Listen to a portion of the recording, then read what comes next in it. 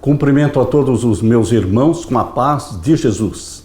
Seja bem-vindo ao estudo da lição da Escola Sabatina número 8, cumprindo as profecias do Antigo Testamento. Antes de começar, vamos orar. Pai querido que estás nos céus, na Tua presença estamos, buscando mais uma vez a Tua bênção, que ao abrirmos a Tua palavra, o Espírito Santo abra a nossa mente, para compreendermos as mensagens que o Senhor tem para fortalecer a nossa fé nesta semana. Ouve a nossa oração, é em nome de Jesus que pedimos. Amém, Senhor. Cumprindo as profecias do Antigo Testamento. O verso áureo: mas eu tenho maior testemunho que o de João, porque as obras que o Pai me confiou, para que eu as realizasse, essas que eu faço testemunho a meu respeito de que o Pai me enviou. João 5,36. Podemos ver repetidas vezes no livro de João todas as coisas que Jesus disse, todas as coisas que ele fez e que revelaram que o Messias, o Cristo, havia chegado a Israel. E ele veio, de fato, como um deles, um judeu nascido em Belém, como as Escrituras haviam predito. No entanto, como João escreveu, o Verbo estava no mundo, o mundo foi feito por meio dele, e o mundo não o conheceu. João 1:10. Ele estava no mundo, o mundo foi feito por meio dele, e ainda assim o mundo não o conheceu. Como isso? Essa é uma afirmação surpreendente, e como podemos ver em João e nos outros evangelhos, muitas pessoas não reconheceram Jesus como Messias, embora devessem tê-lo feito, especialmente por causa de todas as coisas que Jesus fez e que Jesus falou. E deveriam reconhecê-lo ainda mais pelo fato de que as Escrituras do Antigo Testamento, toda a Escritura do Antigo Testamento, apontavam para ele. Nesta semana estudaremos a respeito de outras maneiras pelas quais João retrata Jesus como o Messias. Examinaremos por que algumas pessoas ainda continuaram a rejeitá-lo, apesar de todas as razões poderosas que o confirmavam como sendo o Cristo, o Messias. O que podemos aprender com os erros dessas pessoas? Queridos, aqueles que não querem crer, aqueles que decidem não crer, por maiores que sejam os sinais, maravilhas e milagres, não crerão. O crer exige de você uma predisposição para crer. Se nós somos sinceros de coração e queremos o céu, queremos a vida eterna, estamos dispostos a aceitar a revelação de Deus, então Deus nos revelará. Mas, se nós estamos seguindo tradições, preconceitos, ensinamentos dos homens e queremos os louvores dos homens, então não há sinceridade no nosso coração. Foi o que aconteceu com os líderes de Israel. Eles não eram sinceros de coração. E por mais convincentes que tenham sido os sinais e milagres de Jesus, eles se convenceram, mas não se converteram. Isso não adianta nada, se convencer e não se converter. Porque Satanás foi convencido plenamente de que Jesus era o Filho de Deus, o Messias. Mas de que adianta o convencimento sem a conversão? Queridos, o Espírito Santo quer mais do que convencer você. Ele quer converter o seu e o meu coração, tornando-nos apaixonados por Jesus Cristo. A Bíblia, ela aponta para Jesus e exalta-o como Salvador, Messias e Rei e Senhor nosso. Aleluia! Na parte de domingo, sinais, obras e maravilhas. Além dos milagres que João usou para apontar Jesus como Messias, ele também registrou relatos mais abrangentes sobre os sinais, obras e maravilhas que Cristo fez. Os sinais e maravilhas, por si só, não eram prova de que Jesus era o Messias. Por quê? Porque muitos outros profetas realizaram também milagres, ressurreições, multiplicação de alimentos, mas, queridos, João não registrou os sinais simplesmente por apontarem para um grande realizador de milagres? Os sinais mencionados por João tinham o objetivo de apontar Jesus como Messias e de mostrar que ele, de fato, veio do próprio Deus, do Pai. Como é descrito o relacionamento entre Jesus e o Deus Pai, especialmente no contexto dos sinais? Vamos abrir a Bíblia e vamos ler então em João capítulo 5 e o verso 17. E Jesus lhes respondeu: meu Pai trabalha até agora e eu trabalho também. Por isso, pois, os judeus ainda mais procuravam matá-lo, porque não só quebrantava o sábado, mas também dizia que Deus era seu próprio Pai, fazendo-se igual a Deus. Quantas vezes as pessoas já me perguntaram: onde é na Bíblia que Jesus se declara Deus? Várias vezes Jesus se declarou Deus. E aqui a própria Bíblia está mencionando, olha, o finalzinho do verso 18. Mas também dizia que Deus era o seu próprio Pai, fazendo-se igual a Deus. Os judeus, tanto os que não creram em Jesus, como também aqueles que creram, eles perceberam que Jesus se proclamava Deus, dizendo ser filho de Deus. Obviamente, filho de Deus é Deus. Se o Pai é divino, o Filho também é divino. Meu querido irmão, nós lemos ainda no verso 19 e 20. Mas Jesus respondeu e disse-lhes: na verdade vos digo que o Filho por si mesmo não pode fazer coisa alguma se eu não vir fazer o Pai, porque tudo quanto ele faz, o Filho o faz igualmente. Porque o Pai ama o Filho e mostra-lhe tudo o que faz, e ele lhe mostrará maiores obras do que estas, para que vos maravilheis. E agora o verso 36 até o 38. Mas eu tenho maior testemunho do que o de João. Quem está falando é Jesus. O meu testemunho é maior do que o de João, porque as obras que o Pai me deu para realizar, as mesmas obras que eu faço, testificam de mim que o Pai me enviou. Jesus está dizendo que as próprias obras realizadas no seu ministério testificam de que ele é de Deus, ele veio de Deus, que o Pai me enviou, disse ele. E o verso 37, e o Pai que me enviou, ele mesmo testificou de mim. Vós nunca ouvistes a sua voz, nem vistes o seu parecer.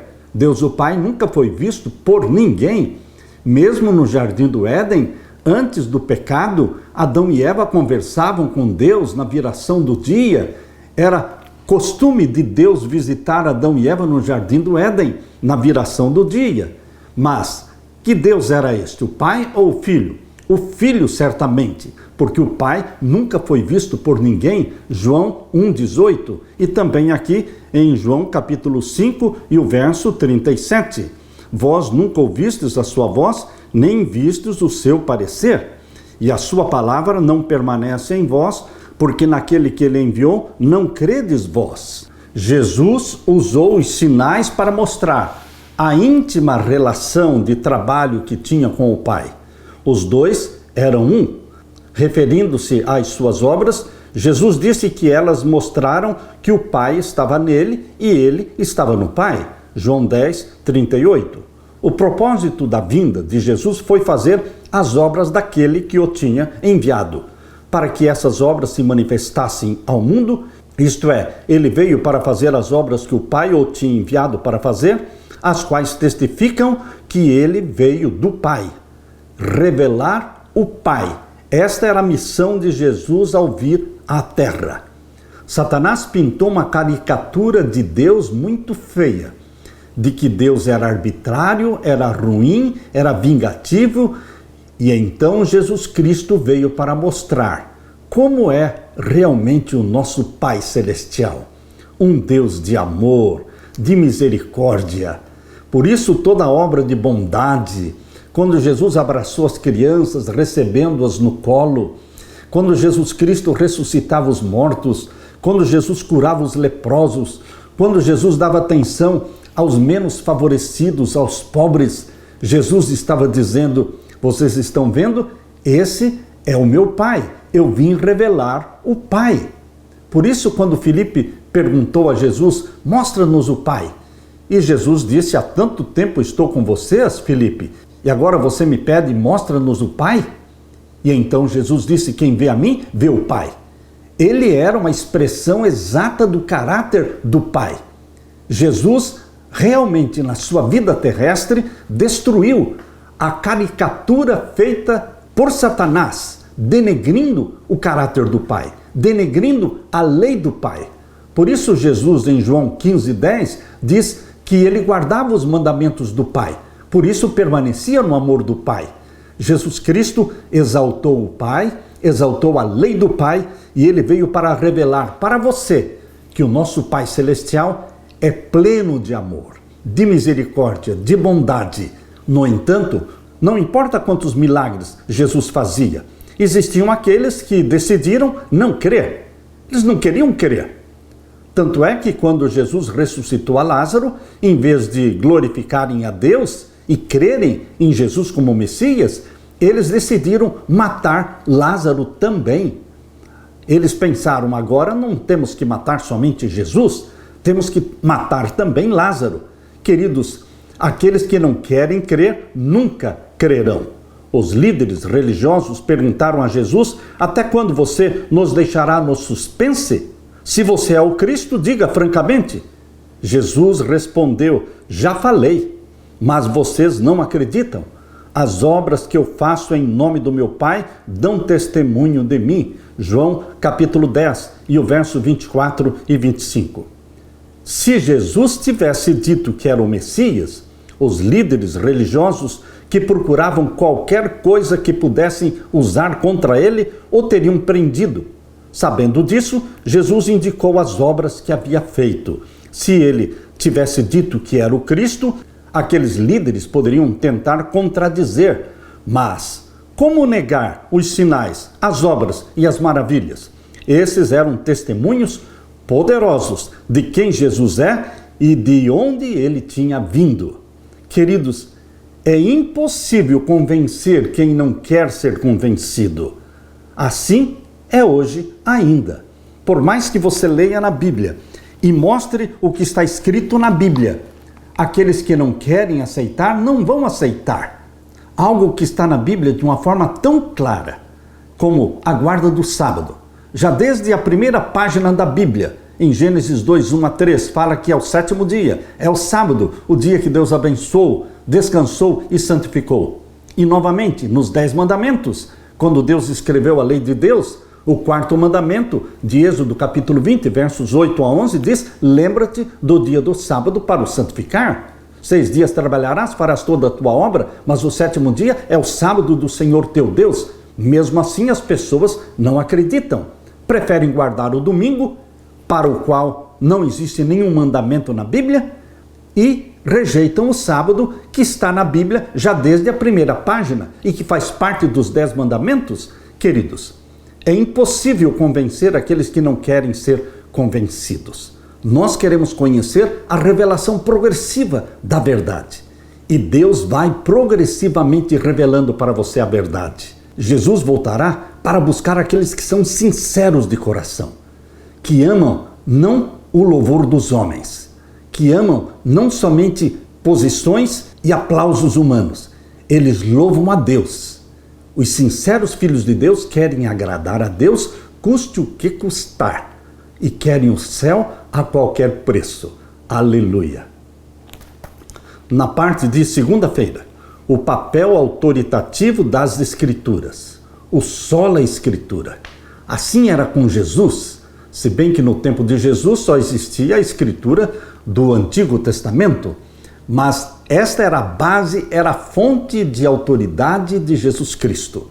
Além dos sinais e testemunhos específicos que João usou para apontar Jesus como Messias, ele também apelou para a autoridade do Antigo Testamento e para as profecias que predisseram a obra de Cristo. O Antigo Testamento ocupa um lugar central, não apenas no Evangelho de João, mas em todo o Novo Testamento. A justificativa para Jesus, para quem ele era, de onde veio e o que fez e o que fará se baseia sempre nas Escrituras, nesse caso, no Antigo Testamento.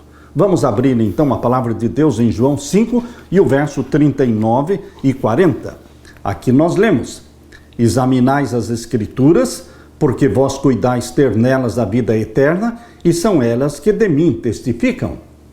Jesus está falando, vocês examinam as Escrituras, entendendo que nela, nas Escrituras, existe a vida eterna. E Jesus então diz, e são estas Escrituras que testificam de mim. No entanto, vocês não creem em mim. E o verso 40, e não quereis vir a mim para terdes vida? O verso 46 e 47, porque se vós cresceis em Moisés, creríeis em mim, porque de mim escreveu ele. Eles diziam crer em Moisés, eles diziam ser discípulos de Moisés, e Jesus então pegou-os na palavra. Se vocês crescem em Moisés, creriam em mim, porque Moisés testificou de mim. Verso 47, mas se não credes nos seus escritos, como crereis nas minhas palavras? Queridos, ao longo dos evangelhos, repetidas vezes, Jesus apontou a autoridade das Escrituras como testemunhas essenciais a respeito dele. Na conversa com Nicodemos, Jesus disse, e assim como Moisés levantou a serpente no deserto, assim também é necessário que o Filho do Homem seja levantado. João 3,14. Aqui Jesus citou um texto do Antigo Testamento, que está em Números 21, versos 5 a 9. Ali, Cristo basicamente nos deu a interpretação autorizada do que a história pretendia transmitir. Jesus explicou quem era aquela serpente construída por Moisés. Ali estava um símbolo do que Cristo se tornaria na cruz. Quando ele se tornou pecado na cruz, ele se tornou serpente. E todos os que olham para Jesus, que se fez pecado na cruz, recebem vida eterna, recebem perdão. Além de Jesus, muitos outros usaram o Antigo Testamento para apontar para Jesus. Por exemplo, no início de João, o Evangelho de João, lemos as palavras de Filipe a Natanael, achamos aquele de quem Moisés escreveu na lei e a quem se referiram os profetas, achamos Jesus o Nazareno, filho de José. João capítulo 1, verso 45. Vamos ler os seguintes textos de João 13, 18. O que esses textos ensinam sobre a autoridade das Escrituras? Vamos ler então João capítulo 13 e o verso 18. Não falo de todos vós, eu bem sei os que tenho escolhido, mas para que se cumpra a Escritura, o que come o pão comigo levantou contra mim o seu calcanhar. Jesus citou um texto do Antigo Testamento para falar de Judas, aquele que o trairia. Ele citou Salmos 41, verso 9. Queridos, nós lemos também no capítulo 17 de João, capítulo 17, vamos ver então o verso 12. Estando eu com eles no mundo, guardava-os em teu nome. Tenho guardado aqueles que tu me deste, e nenhum deles se perdeu, senão o filho da perdição, para que a Escritura se cumprisse. Aqui, mais uma vez, Jesus está citando Salmos 41, 9. E, novamente, em João capítulo 19.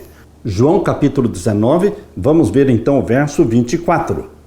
Disseram, pois, uns aos outros, não a rasguemos, falando da roupa de Jesus, não a rasguemos, mas lancemos sorte sobre ela, para ver de quem será, para que se cumprisse a Escritura que diz, dividiram entre si os meus vestidos, e sobre a minha vestidura lançaram sortes. Os soldados, pois, fizeram estas coisas.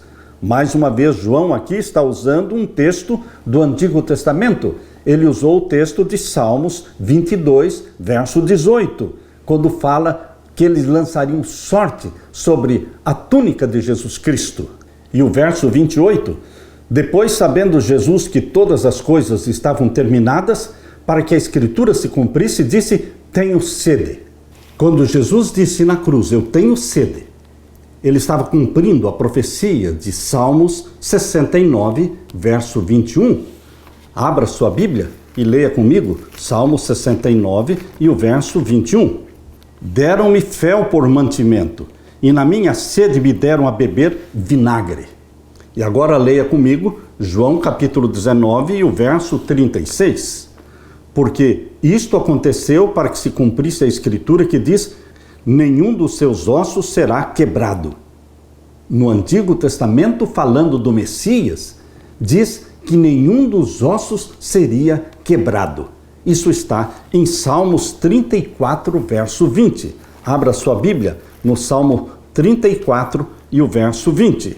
Aqui lemos: Ele lhe guarda todos os seus ossos, nem sequer um deles se quebra.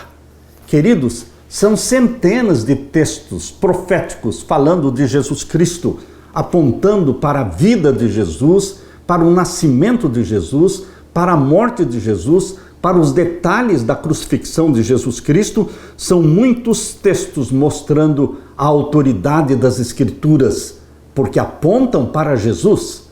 A Bíblia, Antigo Testamento, era a Bíblia de Jesus, a fonte da sua autoridade, pois o Antigo Testamento estava repleto de profecias, todas messiânicas. Hoje, para nós, a Bíblia é composta do Antigo e do Novo Testamento, mas a Bíblia é a nossa única fonte de autoridade, única fonte doutrinária. Autoridade doutrinária somente a Bíblia, o sola Escritura. Deixe que a Bíblia seja lâmpada para os seus pés e luz para o seu caminho. Aleluia! Na parte de terça-feira, profecias do Antigo Testamento sobre Jesus, parte 1. Em discussões com os líderes religiosos sobre a sua identidade, Jesus reafirmava a autoridade das Escrituras. À primeira vista, poderia parecer desnecessário que Jesus fizesse isso, pois os líderes religiosos já acreditavam na Bíblia. No entanto, mesmo diante deles, Jesus enfatizava a autoridade das Escrituras e o fazia para mostrar-lhes quem ele era, não importando quão duros fossem aqueles corações e apesar de quanto tentassem lutar contra a atuação de Deus. Além disso, João registra inúmeras citações diretas e alusões indiretas ao Antigo Testamento que apontam para Jesus como cumprimento das promessas do Antigo Testamento. Abra sua Bíblia agora em João capítulo 1 e o verso 23. João capítulo 1 e o verso 23. Leia comigo. Disse: Eu sou a voz que clama no deserto. Endireitai o caminho do Senhor, como disse o profeta Isaías. Aqui João 1:23 está citando o texto de Isaías 40, verso 3, que mostra que o caminho do Messias seria preparado por João, chamado de a voz que clama no deserto. Lemos também em João capítulo 2 e o verso 16. João capítulo 2, verso 16. E disse aos que vendiam pombos: Tirai daqui estes e não façais da casa do meu pai casa de venda. Jesus Cristo tinha um zelo muito grande, um santo zelo pela casa de Deus. E ele se indignou quando viu a casa de Deus sendo profanada pelos vendilhões, pelos mercadores ali no templo, fazendo câmbio de dinheiro e vendendo os animais, tirando proveito do povo. Jesus Cristo os expulsou, fazendo então a purificação do templo. Mas este texto da purificação do templo, que fala do zelo de Jesus Cristo, é o cumprimento daquilo que está em Salmos 69 e o verso 9. Abra sua Bíblia em Salmos 69 e o verso 9. Pois o zelo da tua casa me devorou. Isso está em Salmos 69, 9. É uma profecia messiânica. A maioria das profecias messiânicas se encontra nos Salmos. São muitos salmos e são muitos textos proféticos apontando para o Messias. Ainda você pode ler em João capítulo 7 e o verso 38. João 7, 38. Quem crê em mim, como diz a Escritura, rios d'água viva correrão do seu ventre. Jesus Cristo aplicou esse texto para o derramamento do Espírito Santo. Quando o Espírito Santo foi derramado, ele produziu rios de água viva no coração e na vida dos apóstolos batizados pelo Espírito Santo. O Espírito Santo produz em você e em mim rios de água viva. Queridos, esse texto, falando dos rios de água viva, ele foi tirado do Antigo Testamento. Foi tirado lá de Jeremias, capítulo 2 e o verso 13. É um cumprimento de uma profecia do Antigo Testamento. Abra sua Bíblia também em João capítulo 19. João capítulo 19, o verso 36. Aqui lemos: porque isto aconteceu para que se cumprisse a escritura que diz: nenhum dos seus ossos será quebrado. Mais uma profecia de Salmos 34, 20, que se cumpriu em Jesus Cristo. Não apenas João, mas também Pedro, também Paulo, também Marcos, Mateus, Lucas e todos os escritores do Novo Testamento, sob a inspiração do Espírito Santo, inúmeras vezes enfatizaram como a vida, a morte e ressurreição de Jesus, assim como sua ascensão ao trono de Deus, são cumprimento das profecias do Antigo Testamento. Embora Jesus apontasse continuamente as Escrituras para os seus discípulos, pois prediziam seu ministério, em que momento eles finalmente compreenderam que as Escrituras apontavam para Jesus? Isso aconteceu somente depois de Cristo morrer, ressuscitar e subir ao céu. Então, eles começaram a entender realmente a palavra de Deus.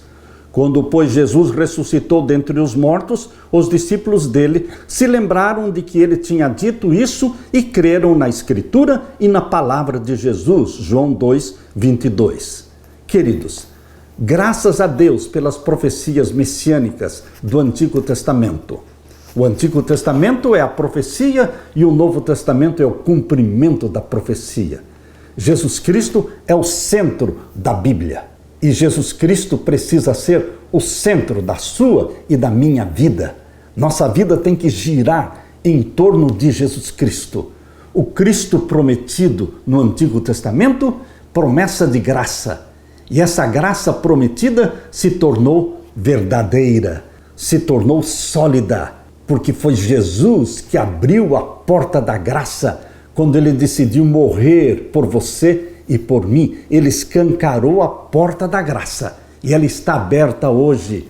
E Jesus continua dizendo, o Espírito Santo diz, vem, e quem ouve diga, vem, e quem quiser, venha e tome de graça da água da vida. Aleluia! Na parte de quarta-feira, profecias do Antigo Testamento sobre Jesus, parte 2.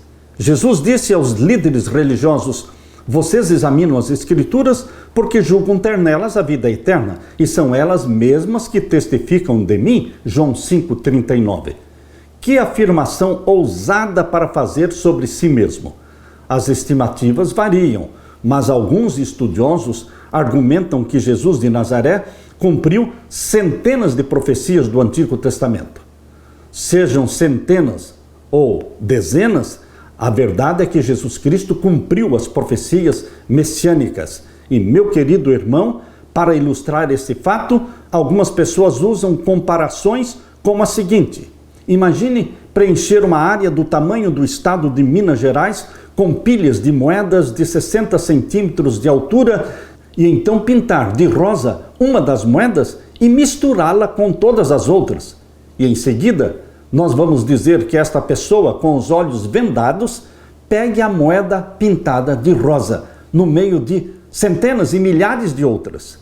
Quais são as chances de que, na primeira tentativa, ela encontre essa moeda rosa? Não há dúvida. O nascimento de Jesus, a vida, a morte de Jesus foram preditos pelo Antigo Testamento, o que é evidência impressionante da sua identidade como Messias esperado. João recorre várias vezes a esses textos do Antigo Testamento para destacar quem é Jesus e por que devemos crer nele e aceitar a salvação que ele nos oferece. Convido você para ler comigo agora João capítulo 12. João capítulo 12, o verso 13. Tomaram ramos de palmeiras e saíram-lhe ao encontro e clamavam, Hosana, bendito o Rei de Israel que vem em nome do Senhor. Esse texto mencionado aqui em João 12, 13, ele veio lá do Antigo Testamento de Salmos 118, verso 26. Bendito o Rei que vem em nome do Senhor. E agora lemos também o texto de João 12, 14.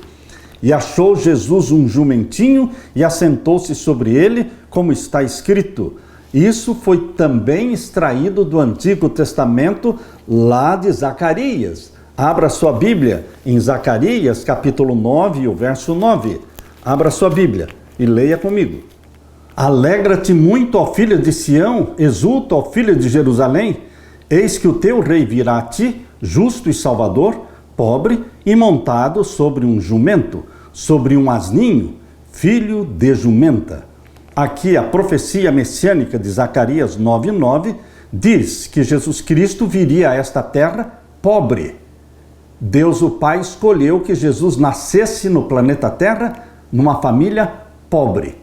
Tanto é que Jesus disse: os pássaros têm seus ninhos, as raposas têm seus covis, mas o Filho do Homem não tem onde reclinar a cabeça. Jesus honrou os pobres, nascendo pobre, e fundou uma religião chamada a religião dos pobres. Ele iniciou a sua bem-aventurança dizendo: bem-aventurados os pobres. Meu querido irmão, alegre-se. Jesus Cristo nasceu pobre e ele entrou na cidade de Jerusalém montado sobre um jumento, sobre um asninho, filho de jumenta. É exatamente esta profecia messiânica que se cumpriu na entrada triunfal de Jesus, descrita em João 12:14. Agora leia comigo o que está em João 13:18.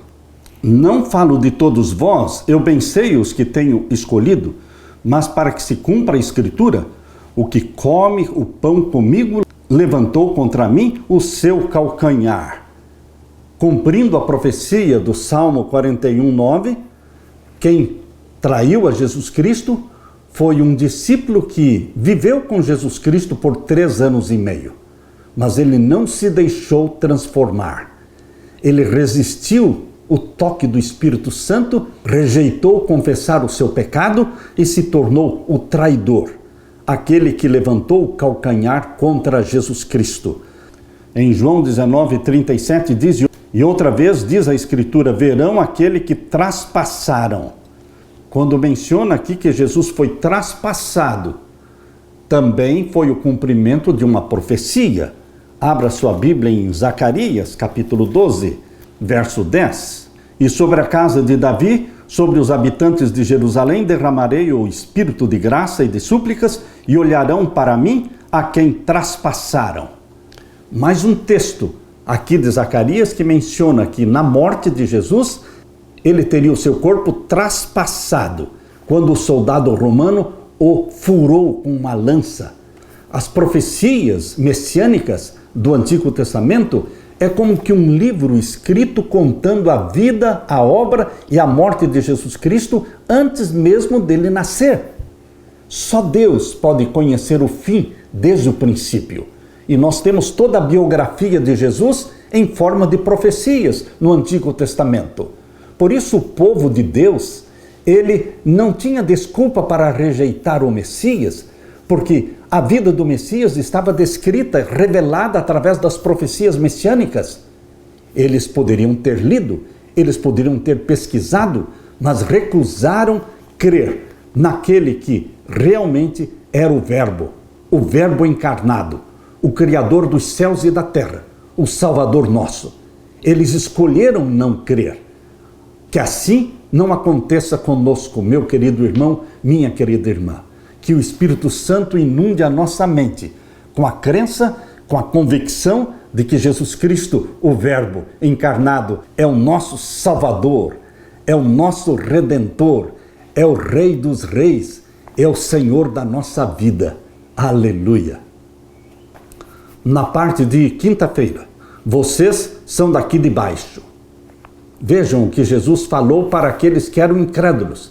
Vocês são aqui de baixo, vocês são terrestres, vocês são carnais, vocês não são de cima, vocês não são do reino espiritual de Deus. Sabem, queridos, nós precisamos ser do reino espiritual de Deus. Quando Deus criou Adão e Eva, não os criou no reino animal, criou-os no reino espiritual de Deus.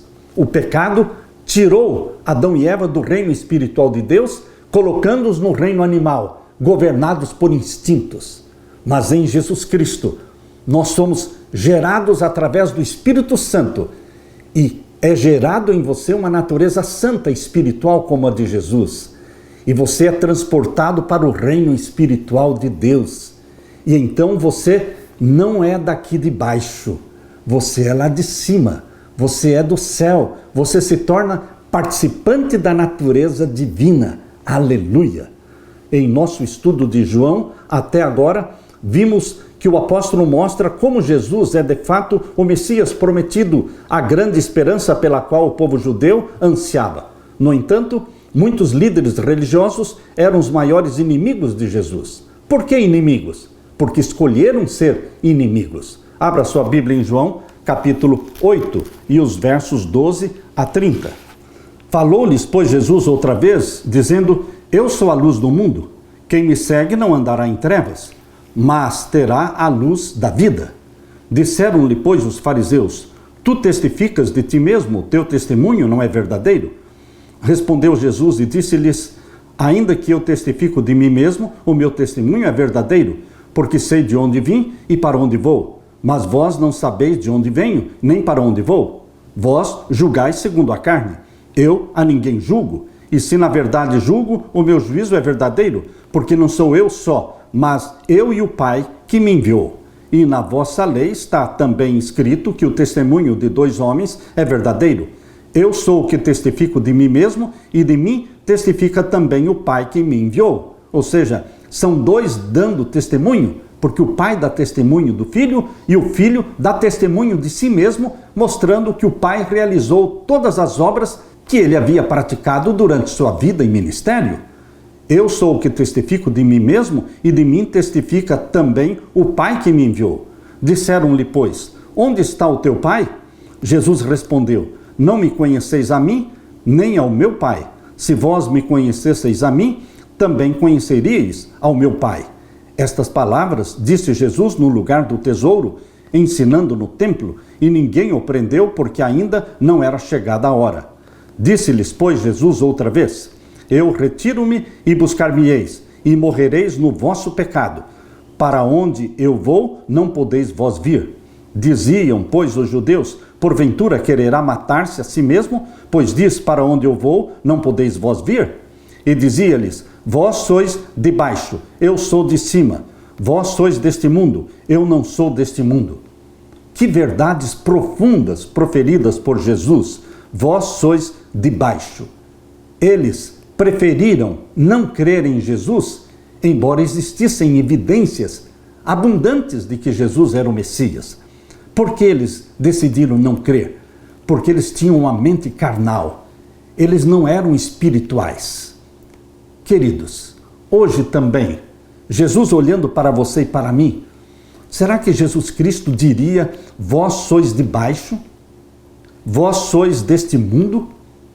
Ou será que Jesus Cristo, olhando para você, poderia dizer: Você também é de cima, você também é das coisas espirituais? Verso 24: Por isso vos disse que morrereis em vossos pecados, porque se não crerdes que eu sou, morrereis em vossos pecados. Verso 25: Disseram-lhe, pois: Quem és tu? Jesus lhes disse: Isso mesmo que já desde o princípio vos disse. Muito tenho que dizer e julgar de vós, mas aquele que me enviou é verdadeiro, e o que dele tenho ouvido, isso falo ao mundo. Mas não entenderam que ele lhes falava do Pai. Disse-lhes, pois, Jesus: Quando levantardes o Filho do Homem, então conhecereis quem eu sou, e que nada faço por mim mesmo, mas falo como o Pai me ensinou. E aquele que me enviou está comigo. O Pai não me tem deixado só, porque eu faço sempre o que lhe agrada. Dizendo ele estas coisas, muitos creram nele. Queridos, graças a Deus, muitos creram nele. A maioria não creu nele, mas muitos creram nele. Queridos, Jesus Cristo disse que aqueles homens não conheciam a ele nem ao Pai. Eles deveriam conhecer ambos, mas enganavam a si mesmos. Estavam tão envolvidos em suas tradições e filosofias que, mesmo tendo Jesus diante deles, fazendo tudo o que fez e dizendo o que disse, trazendo revelações poderosas do Pai, ainda assim rejeitaram o Messias. Em segundo lugar, Jesus disse Vocês são daqui de baixo. João 8:23. Em outras palavras, por mais religiosos que fossem, eles não eram espirituais, não eram piedosos. Tinham aparência de piedade, conforme diz 2 Timóteo 3:5, mas não passava de aparência. Tinham piedade exterior, mas internamente eram incrédulos e podres. Isso não era novidade. Deus havia dito que os israelitas o honravam apenas com a sua boca e com seus lábios, mas o seu coração estava longe do Senhor, Isaías 29:13. Essa ideia foi repetida por Jesus séculos mais tarde, quando disse: "E em vão me adoram, ensinando doutrinas que são preceitos humanos." Marcos 7:7. Os ensinos e mandamentos humanos daqueles líderes religiosos eram deste mundo, ao contrário de Jesus, que afirmou que não era deste mundo. Já era bastante ruim que estivessem enganando a si mesmos, mas a tragédia era agravada porque também desencaminhavam outras pessoas, embora, curiosamente, João tenha escrito que, como resultado da conversa descrita nesses versos, muitos creram nele. Assim, apesar da má liderança, muitos judeus conseguiram se livrar da influência dos líderes religiosos e, por si próprios, eles creram em Jesus Cristo. Queridos, a história se repete. Você não pode se deixar guiar, influenciar pelos líderes religiosos daquele tempo, nem pelos líderes religiosos de hoje. Não é o que eles pensam que deve influenciar a sua cabeça. Você não pode ser um mero refletor do pensamento dos outros.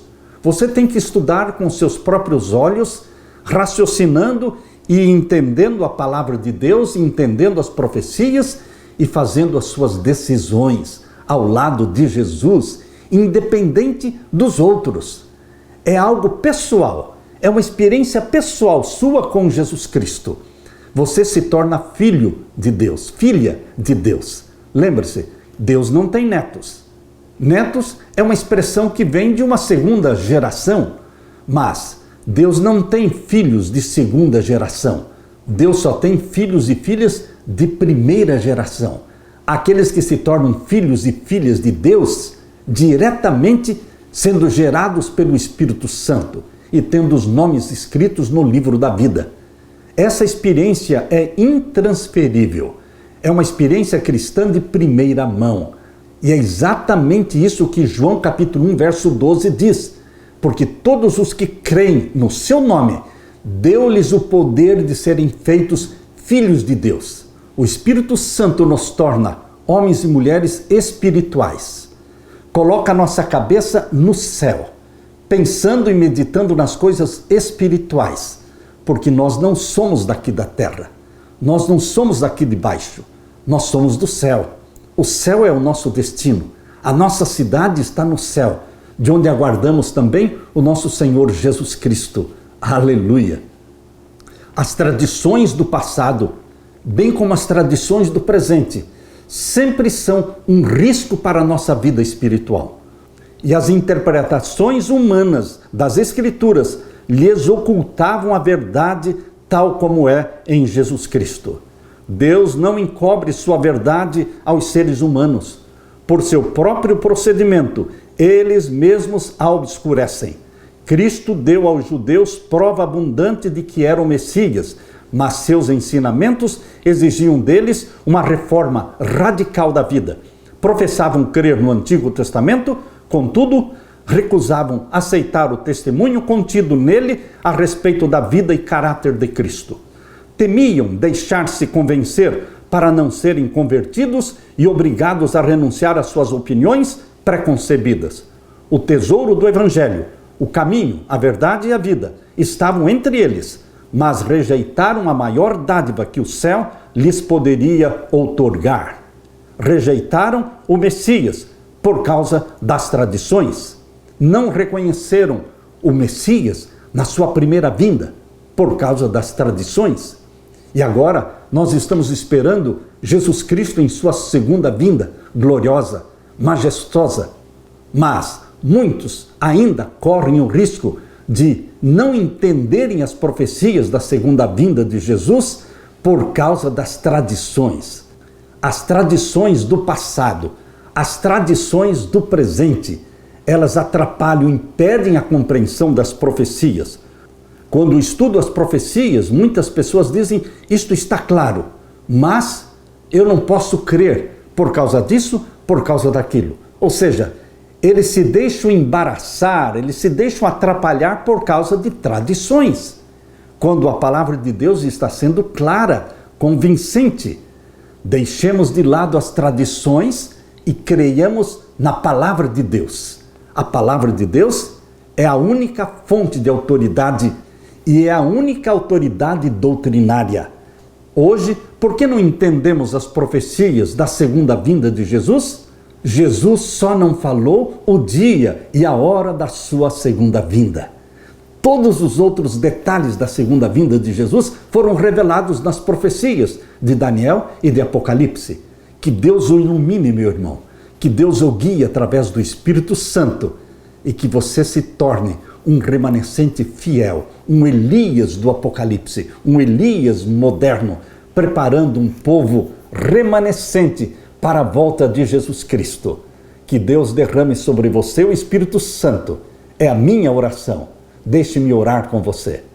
Pai querido que estás nos céus, liberta-nos das tradições que nos impedem entender a Tua palavra. Ajuda-nos, Pai, a nos alimentar da Tua palavra como maná, beber da água da vida que é Jesus Cristo, e que rios de água viva fluam do nosso interior pelo batismo do Espírito Santo. Que o Espírito Santo nos incendeie, que o Espírito Santo abra nossa mente e nos capacite para a missão de pregar o Evangelho e preparar um povo para a Tua breve volta. Em nome de Jesus que pedimos. Amém, Senhor, e amém. Deixo com você, meu irmão, minha irmã, a paz de Jesus. Amém.